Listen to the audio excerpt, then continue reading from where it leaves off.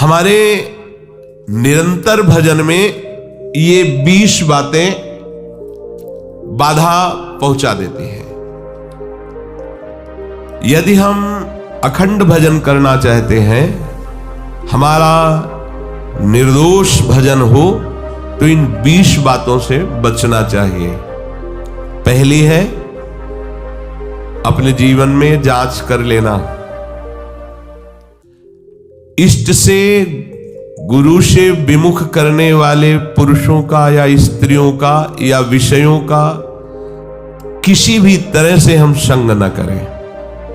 पहली बात, आराध्य देव गुरुदेव के वचनों में अविश्वास पैदा कर दे, हमारी भक्ति को बाधित कर दे, चाहे वो स्त्री शरीर हो, चाहे वो पुरुष शरीर हो, चाहे वो कोई विषय ही क्यों ना हो, हमें उससे संपर्क नहीं रखना। भगवद विमुख करने वाले पुरुषों का संग नहीं करना, पहला लक्षण है। अगर वो कोई है हमारे जीवन में, तो हमारा भजन बाधित हो जाएगा।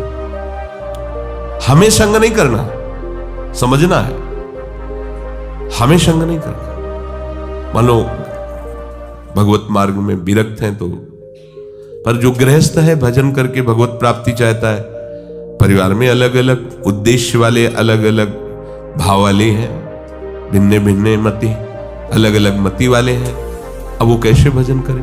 अपने को संपर्क नहीं रखना, अपने को जो कर्तव्य पालन करना वो करना, लेकिन हमको उनकी बात नहीं सुननी, उनका संग नहीं करना, उनका चिंतन नहीं करना। अगर इतनी चतुराई नहीं तो फिर भजन बाधित हो जाएगा।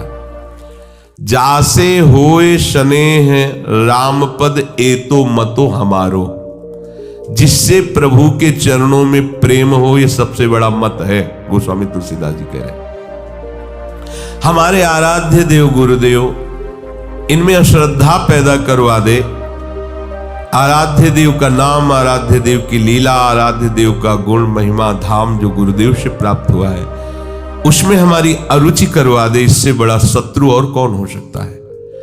क्योंकि लौकिक शत्रु तो हमारे देह को नष्ट कर देगा, लेकिन ये शत्रु तो हमारे आराध्य देव के संबंध को ही नष्ट कर रहा है। ये तो हमारे परमार्थ को ही नष्ट कर रहा है। सबसे पहला, इन 20 विघ्नों में आराध्य देव गुरुदेव के प्रति अश्रद्धा, अरुचि पैदा करवा दे। ऐसे बहिर्मुख कुसंगी का संग नहीं करना, चाहे वो स्त्री शरीरधारी हो, चाहे वो पुरुष शरीरधारी हो, या कोई विषय ही क्यों न हो। जिस विषय के सेवन से आराध्य देव गुरुदेव के प्रतिकूल आचरण बन जाए, हमें वो विषय सेवन नहीं करना। दूसरा, अधिक बोलना। मननशील महात्मा को ज्यादा बोलने का अवसर नहीं है। प्रायः आप देखना भजनानंदी उपासक मौन व्रती मिलेंगे। एक होता है जड़ मौन और एक होता है विचार मौन। उपासक को विचार मौन रहना ही चाहिए। आवश्यक है तो उत्तर दे दिया कम शब्दों में, अनावश्यक बात बोलनी ही नहीं है। कोई चाहे नाराज हो या प्रसन्न हो, हमें इससे मतलब नहीं। हमें अपने सिद्धांत से चलना है, बैठ करके गप्पे नहीं मारनी। कम शब्दों में उत्तर दीजिए और मनन परायण रहकर हर समय अपने आराध्य देव का नाम मंत्र चलना है। अधिक बोलना ये भजन में बहुत बड़ा विघ्न पैदा कर देगा। कैसा? सबसे अधिक पाप वाणी से बनता है, क्योंकि हम इसे समझ ही नहीं पाते हैं। किसी की भी निंदा करने में जो हमें पाप बनता है वो बहुत बड़ी गठरी होती है। पर निंदा के कीते आवत नहीं कछुआत, मूर्ख पर्वत पाप को ले चल अपने साथ। बड़ा भारी पहाड़ पाप का रख लिया। और भजनानंदी उपासक को इस समय कहां है किसी के विषय में बोलने का? पर देखो अपने लोगों में अगर ये विघ्न है अधिक बोलना, तो दो बातें आ ही जाएंगी, किसी की स्तुति और किसी की निंदा, किसी के गुण का वर्णन और किसी के अवगुण का वर्णन। ये आपके भजन में बाधा पहुंचा देगा। अधिक बोलने से मिथ्या भाषण निकल जाएगा, अधिक बोलने से किसी की निंदा निकल जाएगी। ये आपके लिए हानिकारक होगा। अहितकारी वचन, मिथ्या वचन, निंदा से भरे वचन, ये हमारे जिह्वा में नाम भगवान को प्रकाशित नहीं होने देंगे। मंत्र में रुचि नहीं हो पाएगी। अधिक बोलना। तीसरा है नवीन नवीन भोगों को भोगने की इच्छा रखना। आज ऐसे भोजन बनाया जाए, आज ऐसे किया जाए, आज ऐसे किसी भी इंद्रियजन्य भोग को नवीन नवीन प्रक्रिया से भोगने की इच्छा रखना, ये भजन के लिए बहुत हानिकारक है। शरीर के प्राण पोषण के लिए ही हमें केवल अन्न जल आदि का आवश्यक ग्रहण करना होगा, जिससे हमारा शरीर भजन मार्ग में सहायता दे। बस अगर इसी जन्म में भगवत प्राप्ति करना है तो आपको चारों तरफ से अपने आप को घेरना होगा। अगर हमारी इंद्रियां, हमारा मन विषय सेवन में ही बना रहा तो भगवदानंद किससे हम अनुभव करेंगे? कैसे हम भगवत चिंतन में तन्मय होंगे? बिना तन्मयता के आराध्य देव की अनुभूति नहीं होती। चौथा, अधिक सोना। जो बहुत नींद लेते हैं तो तमोगुण की अधिकता के कारण भजन नहीं बनता है। आपको आश्चर्य होगा कि ऐसा कैसे हो सकता है। भजन की जब लगन लगती है, 11 बजे रात्रि के शयन करना, 2 बजे उठ जाना, स्नान किया, शौच किया, वृंदावन की परिक्रमा की, ऐसी दिनचर्या, और 2 बजे दिन में माधुकरी मांग के पाना, कोई बाल भोग, ये सब चाय नाश्ता कुछ नहीं, 2 बजे दिन में। आपको लगेगा कि ऐसा कैसे हो सकता है। यही अपने यही वृंदावन, बाहर की बात नहीं है, वृंदावन की हित धाम की छोटी कुटिया की बात बता रहे। बिजली का कनेक्शन कटा हुआ, नहीं चाहिए बिजली। अगर हम विषय सेवन में रुचि रखेंगे तो हमारी रुचि भजन की कैसे बनेगी? और शरीर है, ये जड़ है, इसको जैसे रखो वैसा अभ्यास बन जाएगा। कह रहे काशी में देखा, 2 घाटों के बीच की दरार में एक महात्मा रहते थे। रात्रि के 12-1 के लगभग निकलते थे। जो युगल किशोर ने बताया, वो अवश्य दर्शन के, हम तो घाट में ही रहते हैं, हम तो यहीं बैठ जाएंगे, देखेंगे। और निकले, एक अंगोछा की लंगोटी लगाए हुए, बस अस्थिमात्र होए रहे शरीरा, गौर वरण तेजोमयी उनकी दृष्टि, गए गंगा जी का स्नान किया।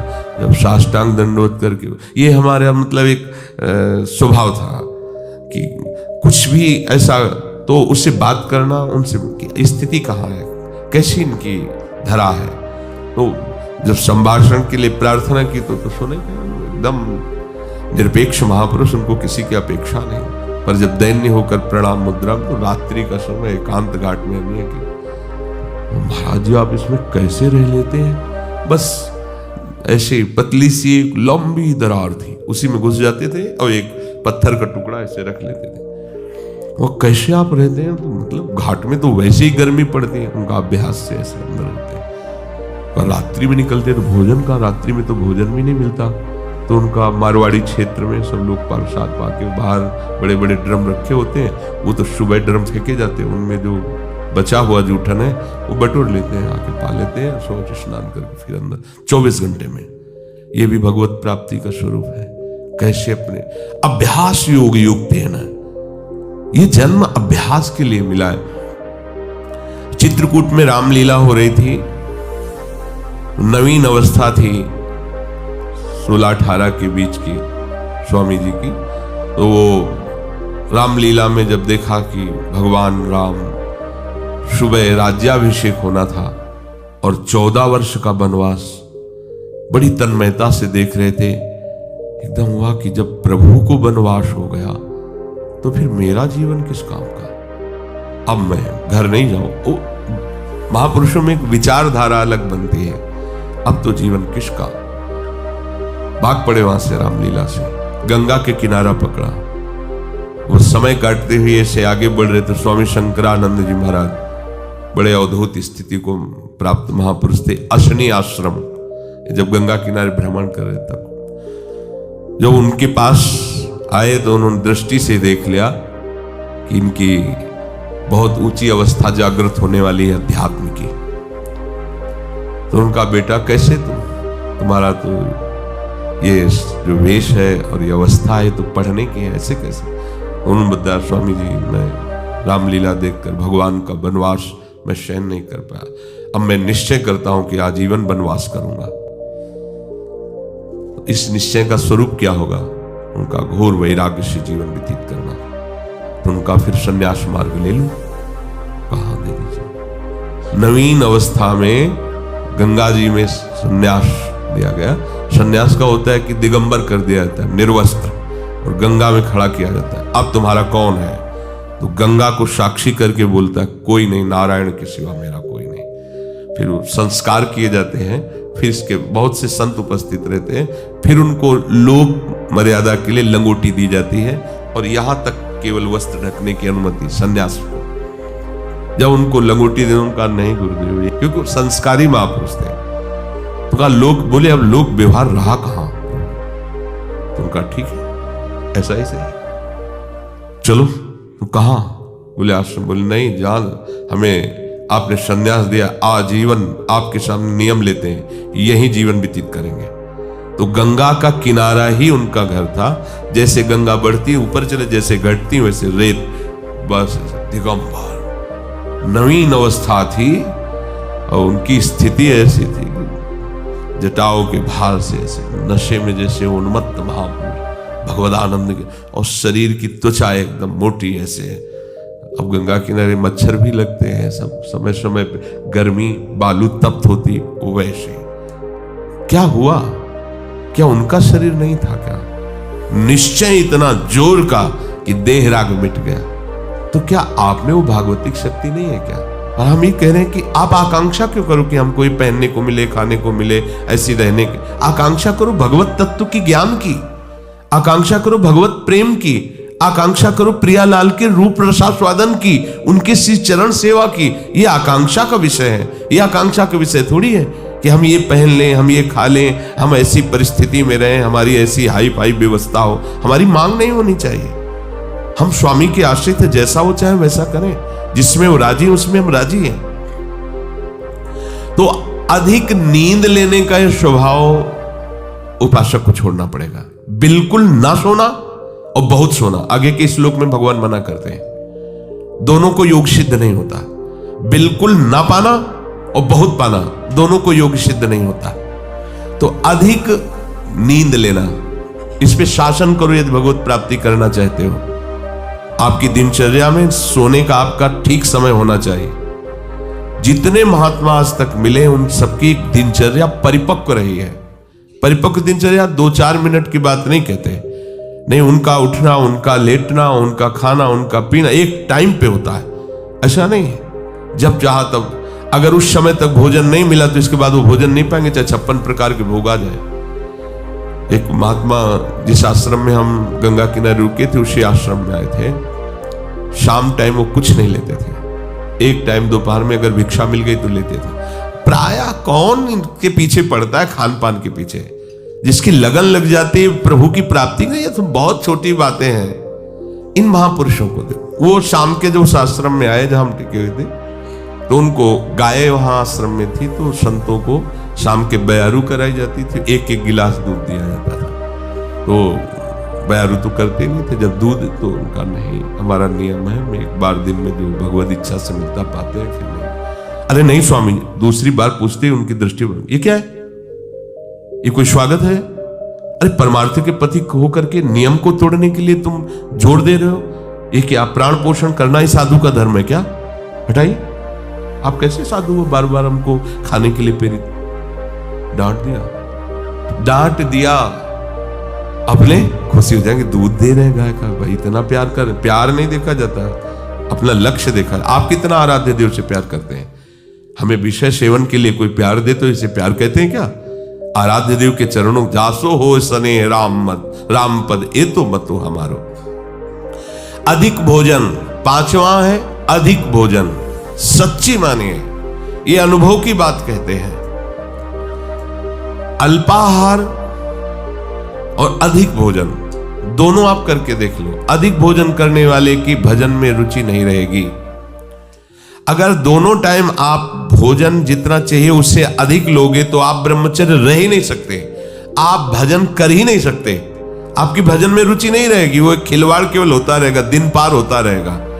आप 2-4 दिन आपको थोड़ा परेशानी पड़ेगी किसी भी संयम को धारण करने के लिए। आप उसे धारण कीजिए, फिर आप देखिएगा अगर आप 15-20 दिन ऐसे संयम से चले, फिर आपको हम ही छूट दे दें तो आप कहोगे नहीं बस ऐसा ही ठीक है।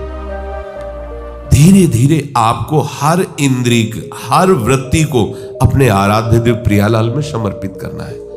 रोज का रोज हमारी आयु नष्ट हो रही, हमारा लक्ष्य केवल यही बना हुआ है, संसार के भोग। सोचो हम कहां खड़े हैं, हमें कहां पहुंचना है। अधिक भोजन ये भजन का विघ्न है, 5वां। और 6ठा है उपासक होकर हंसी मजाक गंदी करना। उपासक भी हंसते हैं अपने आराध्य देव की, अपने उपासना की। उपासक जन मिलकर वार्ता, ऐसा नहीं कि संसारिक उनको कॉमेडी उनको सुन के हंसना पड़े, उनको प्रोग्राम देखना पड़े कि हाँ चल रहा है कॉमेडी को हम हंस रहे हैं, ये साधना है क्या? हंसने के लिए तुम्हें तो प्रियालाल बहुत है, हास परिहास रसिका। या उपासक जन आपस में बैठ करके भगवत वार्ता, पवित्र वार्ता से विनोद, नहीं तो विनोद की ठौर कहां है? बिल्कुल नारायण हरि भजन में 5 न सुहात, विषय भोग निद्रा हंसी जगत प्रीति बहु बात। तो हंसी मजाक करना ये उपासक का भजन का विघ्न है, ऐसा न करें।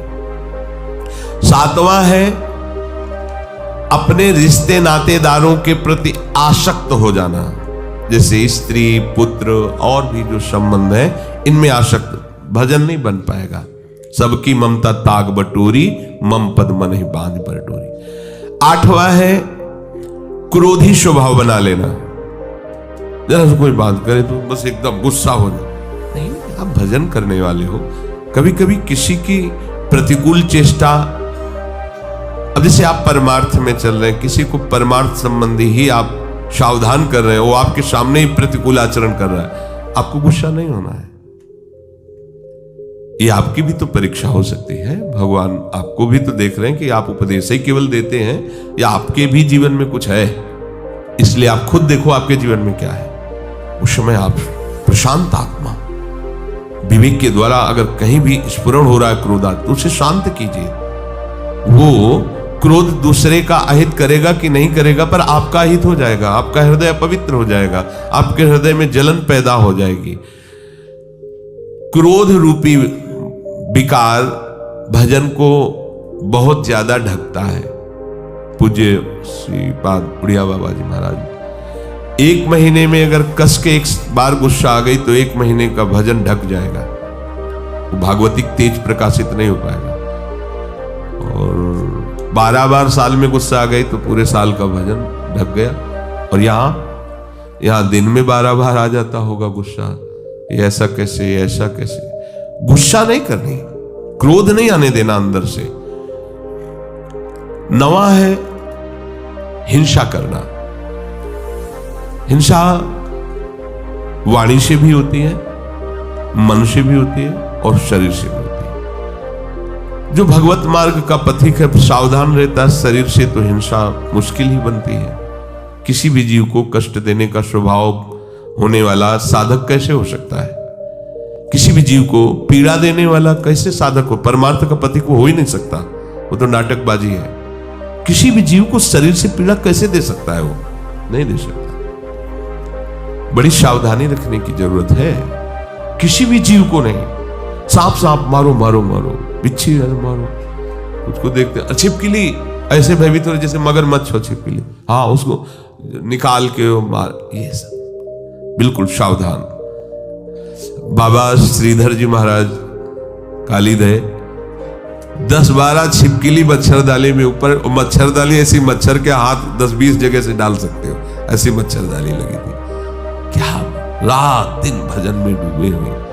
वो ऐसा नहीं था कि वो छिप जो जाते थे अपने लोग। तो आपका लक्ष्य प्रभु है तो आप में सबको प्रभु को देखना होगा, सब में प्रभु, कोई भी बाधा नहीं पहुंचा सकता। सेनपुर में आपको मतलब ये बात ऐसा लगेगा कि शायद अत्युक्ति करके कही जा रही हो, जैसे काले चींटे घूमते हैं ना, ऐसे भूरी और काली बिच्छी घूमती थी शाम के, और एक से एक कोबरा, किंग कोबरा, बड़े बड़े सांप, क्योंकि गंगा का किनारा, भीषण जंगल, और एक पंजीरी बाबा, बूढ़े बाबा उधर रहते थे और दूसरे हम वहां थे, और वो कान के बहरे थे कि हल्ला बचाओ तो सुनाई न दे।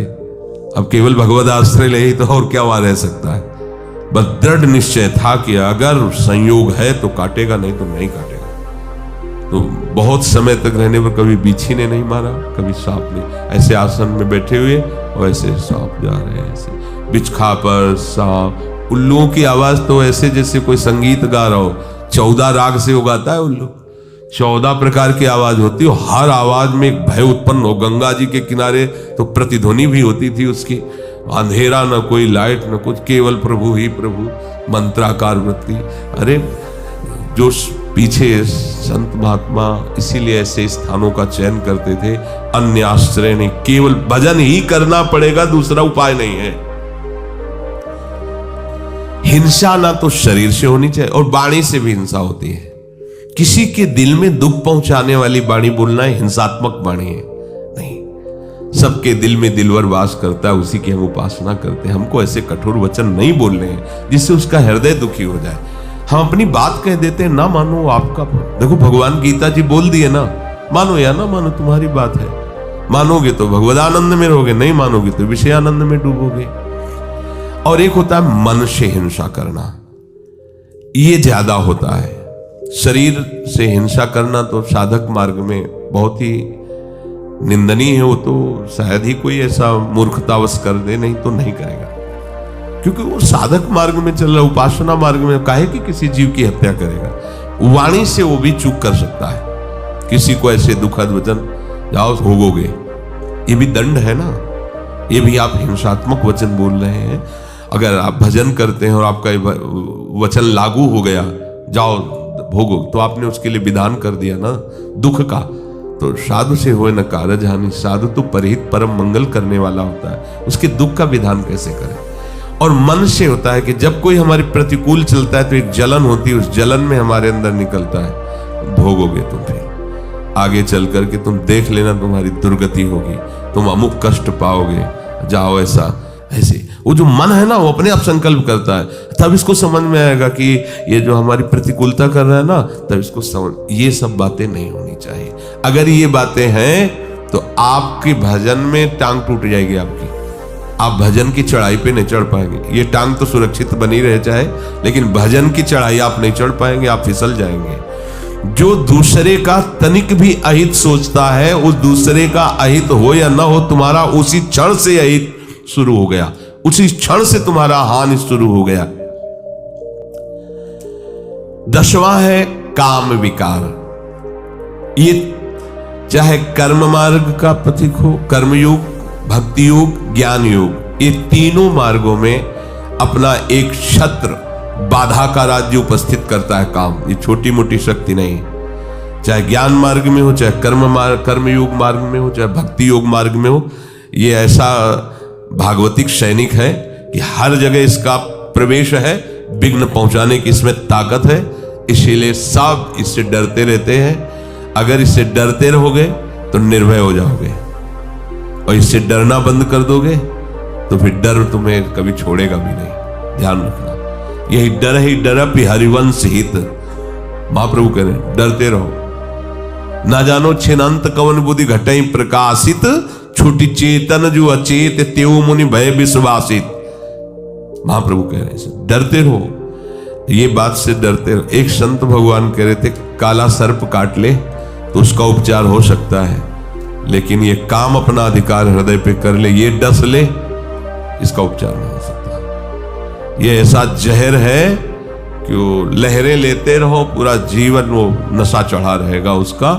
और जैसे जैसे आपकी आयु कम होती जाएगी, मतलब अवस्था शरीर की बढ़ती जाएगी, आयु कम, वैसे वैसे और बढ़ता जाता है। जैसे जैसे आपकी शरीर शक्ति क्षीण होती, वैसे ही वासना और रंग लाती, क्योंकि दुर्गति करना है ना। इसे चाहिए कि भगवान नाम और भगवत आश्रय के बल से इस विकार को सह कर शांत किया जाए। जितना आप सहनशील होगे उतने ये शांत होता चला जाएगा। 11वां, अपनी निंदा होने पर सहन न करना। ये भजन में बाधा है। जब अपनी निंदा हो तो आनंद मनाना चाहिए अंदर से, कि जो हमें प्रारब्ध भोग भोगना था दंड रूप में, वो निंदा करके उसको नष्ट कर रहा है। बड़ी कृपा हुई। अंदर से इस बात को समझिएगा। अगर हमारी कोई निंदा कर रहा है तो हमें आनंदित होना चाहिए, हमारा परमार्थ मार्ग साफ हो रहा है।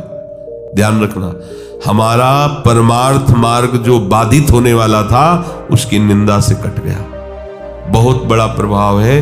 बिना भोगे तुम्हारे प्रारब्ध का नाश करा दे वो निंदक है, इससे बड़ा कोई हमारा सहयोगी नहीं है। साधो निंदक मित्र हमारा। चरणदास जी ने इसमें बड़ा आशीर्वाद दिया है कि जो कोई निंदा करे हमारी उतरे भव से पारा साधो, क्योंकि उसने हमारे परमार्थ को साफ कर दिया। प्रशंसा करना वाला तो परमार्थ में रोड़ा पैदा कर दिया, देहाभिमान फिर पुष्ट होगा और भगवत चरणारविंद का आश्रय छूट जाएगा। लेकिन निंदा करने वाले ने भगवत आश्रय पुष्ट कर दिया, परमार्थ को बिल्कुल पवित्र और साफ कर दिया। आए हुए बुरे प्रारब्ध को नष्ट करने के लिए ये जो हमारी प्रभु निंदा कराते हैं, बहुत कृपा है छुपी हुई इसमें। उसे हमें भोगना पड़ता, सड़ना पड़ता। कई बार सुनाया है कि भगवान वशिष्ठ जी कुल पुरोहित थे और वो चक्रवर्ती सम्राट पे पद में थे, तो उनके शरीर में किसी पूर्व कर्मा अनुसार वो कुष्ठ हो गया था, गलित कुष्ठ। तो राजगद्दी पे थे पर ढक के ऐसे रहते, तो वशिष्ठ जी से कहा इससे जीना से अच्छा है मर जाना। हम अपनी सभा में भी खुल के नहीं बैठ सकते ऐसा गलित कुष्ठ। कोई उपाय है? उनका कर्म का फल तो भोगना पड़ता है। अवश्य में भोक्तव्यम कृतम कर्म शुभाशुभम। होगा महाराज कोई भी दान पुण्य कुछ ऐसा जो आप दुर्गा दान पुण्य से नष्ट नहीं होगा। एक उपाय है, आपके बड़े भ्राता की जो पत्नी, बड़े भ्राता युद्ध में मारे गए, आप रोज जाके उनको भगवान श्री राम का चरित्र सुनाइए जो आज्ञा। अब रोज टाइम से 2-2.5 घंटे सभा के बाद जाते थे रात्रि में, 10-11 बजे वापस आते। धीरे धीरे धीरे धीरे बात पूरी नगर में फैल गई। सब लोग निंदा करने लगे, देखो कि वैसे ही भोग भोग रहा है कुष्ठ का, और ये कितना दुराचारी है कि माँ के समान पवित्र भाव जिसमें रखा जाता है बड़े भ्राता की पत्नी, अब बड़े भ्राता तो युद्ध में पधार गए, तो देखो रोज रात्रि में उनके यहाँ जाता है। अब कुष्ठ खत्म होना शुरू हुआ। अब 20-20 लोग बैठ करके उन्हीं के राजा के विषय की बात सब। एक दिन वशिष्ठ जी से कहा, प्रभु जब मुझे हमारे ये जो गुप्तचर बताते हैं आकर कि प्रजा ऐसी हमारी निंदा कर रही, तो ऐसा लगता है कि मर जाना। तो बोले कुष्ठ नष्ट करने में तुम्हारा ये बहुत बड़ा सहयोग होगा। पहले कहते थे कुष्ठ के कारण कि मर जाना अच्छा है, अब जब दवाई करवा रहे हैं तो तुम कहेंगे ऐसा कुष्ठ कम हुआ ना? बोले हाँ कम। धीरे धीरे सब कुष्ठ नष्ट हो गया, पूरे राज्य में ये निंदा इनकी होने लगी और कुष्ठ नष्ट हो गया। अब यहाँ नाक का बचा, उनका भगवान नाक का बच्चा। बोले कभी ये नष्ट नहीं होगा। क्यों? बोले ये वशिष्ठ के हिस्से का है और हम जानते हैं तुम रामचरित्र सुनाने जाते हो, कोई गलत रहे। फिर बुलाया पूरी प्रजा को और सभा में बताया कि ऐसा ऐसा ऐसा, गलित कुष्ठ उनका नष्ट हो गया। ये जो हमारी निंदा करने वाले हैं, ये जो हम केवल भोग कर ही उसका समन होता, उस पाप को, उस अपराध को अपनी निंदा जिह्वा से, संतों ने कहा मां से भी ज्यादा ये दुलार करते हैं। मां तो हाथ से मल साफ किया होगा, ये हमारे उस कर्म जनित मल को वो जिह्वा से साफ कर देते हैं निंदा करके।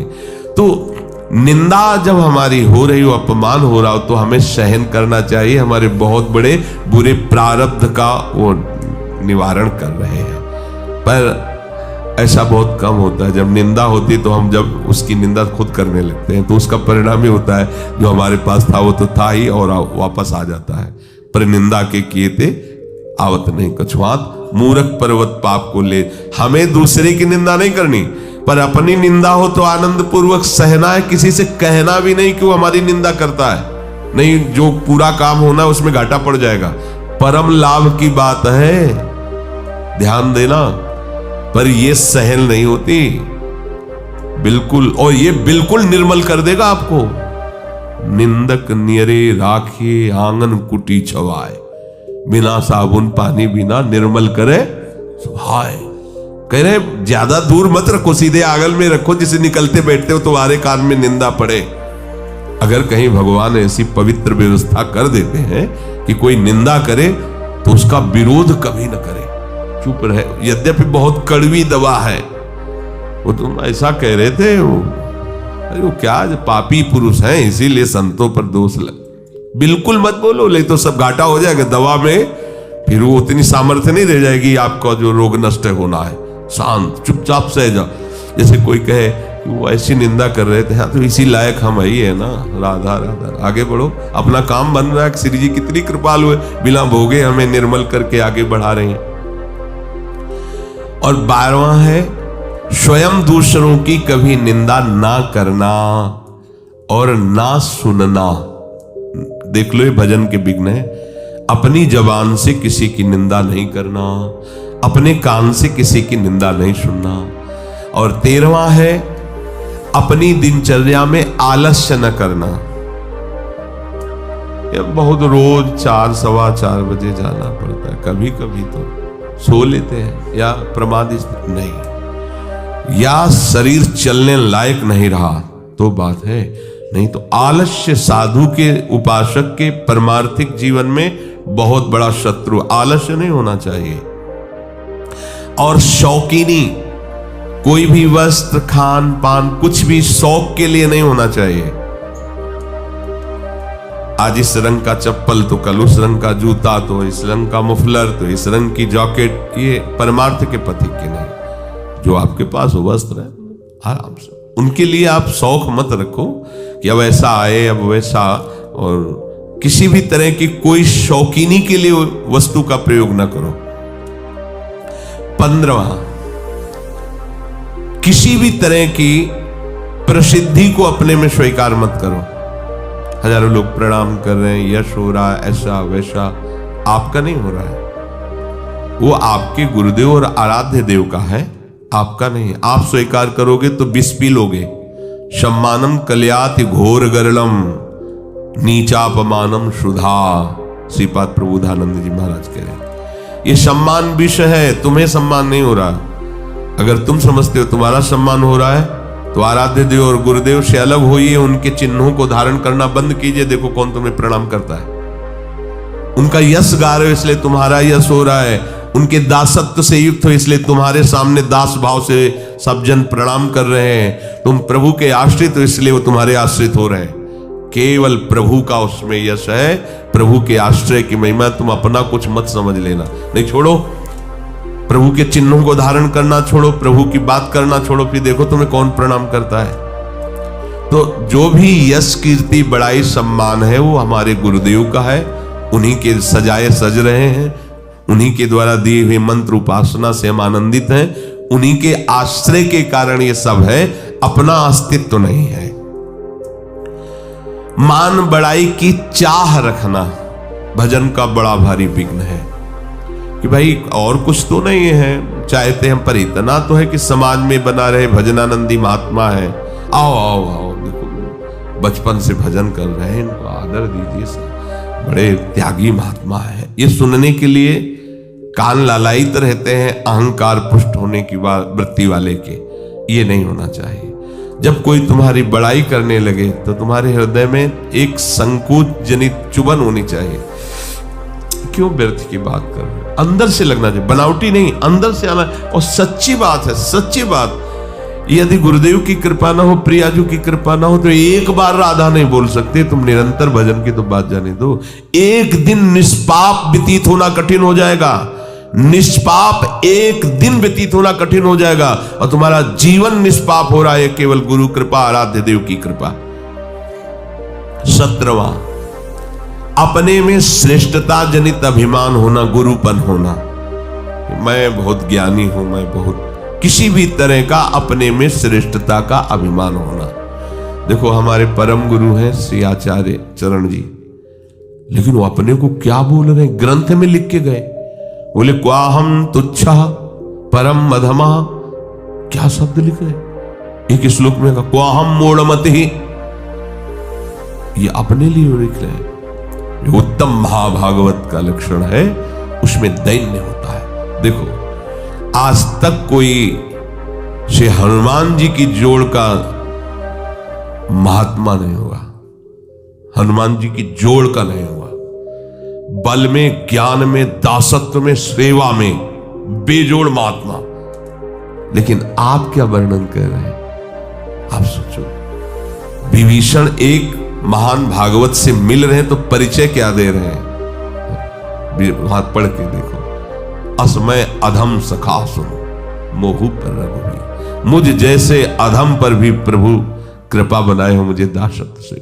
और जब प्रभु से पहली बार मिले तो उन्होंने यही कहा था, एक में मंद मोह मत कुटिल हृदय अज्ञान पुनि प्रभु मोहि विसारेऊ दीन बंधु भगवान। और जबकि ज्ञानी नाम अग्रगण्यम बुद्धिमताम वरिष्ठम, रोम रोम से सियाराम निकलता जवान की तो बात जाने दो। यत्र यत्र रघुनाथ कीर्तनम तत्र तत्र कृतमस्त कांजिलम वाष्पवारि परिपूर्ण लोचनम मारुतिम नमत राक्षसांतकम। और बल विक्रम की तो कहना ही क्या, जेहगिर चरण दे हनुमंता चले उसका पाताल जिम अमोघ रघुपति कर बाना यही भांत चले हो हनुमान। क्या उनका जोड़ है कोई? और वो अपने को कह रहे असमय अधम। भगवान ने जितना माता सबरी को दुलार दिया, बिरला है कोई ऐसा दुलार पा पाता है। और सबरी जी क्या प्रभु से कहे, अधम ते अधम अधम अति नारी तिनमा मैं मति मंद अघारी। ओहो, ये देखो महाभागवतों की वाणी। देखो आद्य गुरु भगवान शंकराचार्य अहम ग्रह उपासना के आचार्य, और वो कह रहे हैं कि सत्य भेदापगमे नाथ तवाहम न माम की नस्तुम सामुद्रो ही तरंगा कुचन समुद्रो न तारंगा। नाथ यद्यपि ये बात सत्य है कि हम में और आप में भेद नहीं है, क्योंकि अभेद भक्ति के आचार्य हैं, अभेद ब्रह्म स्वरूप के आचार्य हैं, उसी का उपदेश करें।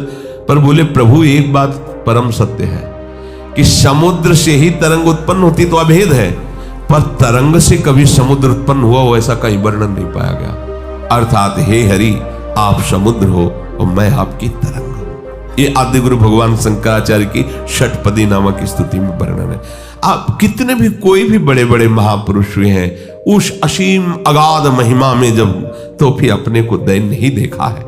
इसलिए कभी भी किसी को भी अभिमान की जरूरत नहीं है। अगर अभिमान किसी भी तरह का हम अपने हृदय में रखते हैं तो अभी सत्य वस्तु को जाना नहीं।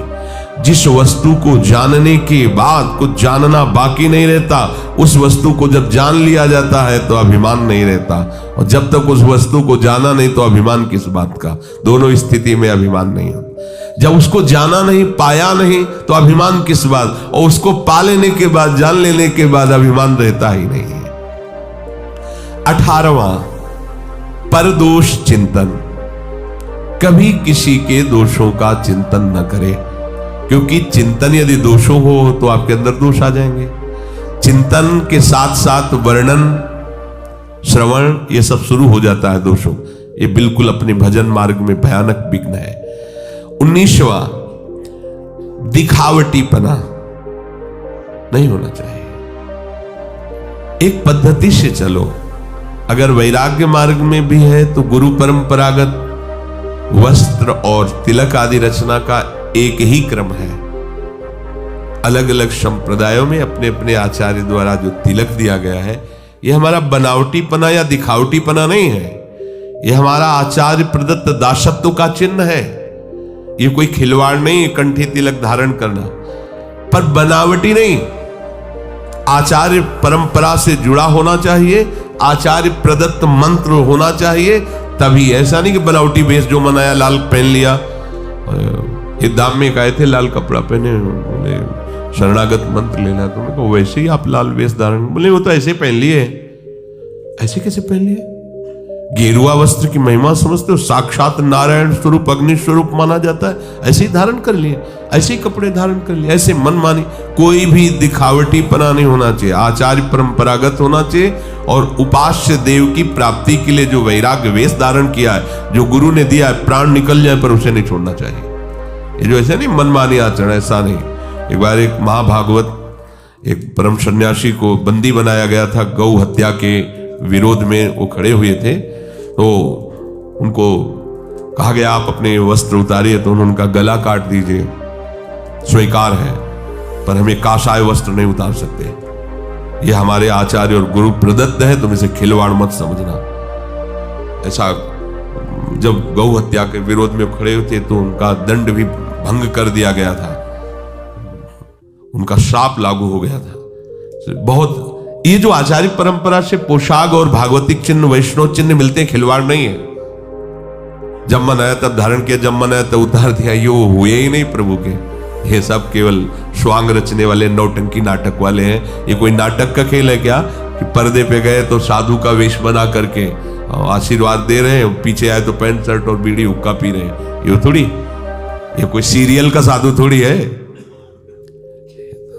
अपने जीवन को आचार्य गुरु परंपरा में आजीवन उसी में, हमारे जो गुरुदेव ने हमें वस्त्र दिया, मंत्र दिया, उपासना दी, भागवतिक चिन्ह दिए, उसी के अनुसार हमें चलना है। दिखावटी नहीं होना चाहिए, बनावटी नहीं होना चाहिए। सोमवार को और रंग के, मंगल को और रंग के, बुध के और रंग को, बृहस्पति के और रंग के, ये बहुरंगी बाबा नहीं होना चाहिए।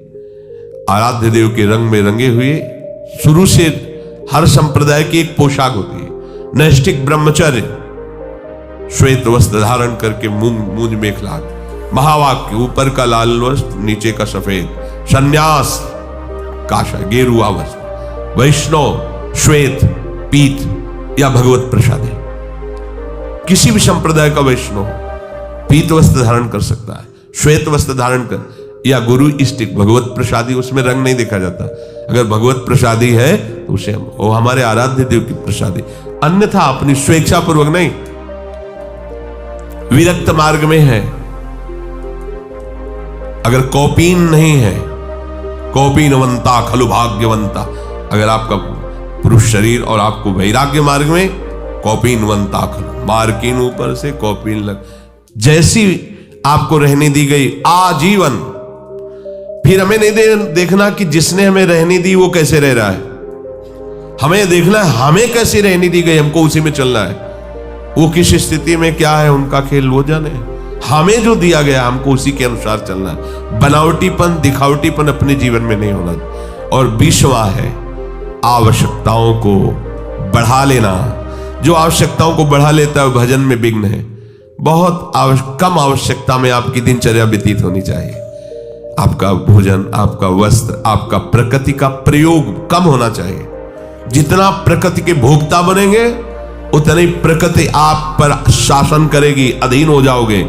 और जितना प्रकृति से कम व्यवहार करेंगे, कम से कम भोगेंगे और जीवन यापन के लिए उसको स्वीकार करके भजन करेंगे, तो प्रकृति ही आपको मुक्त कर देगी। जाओ प्रभु की तरफ बढ़ो।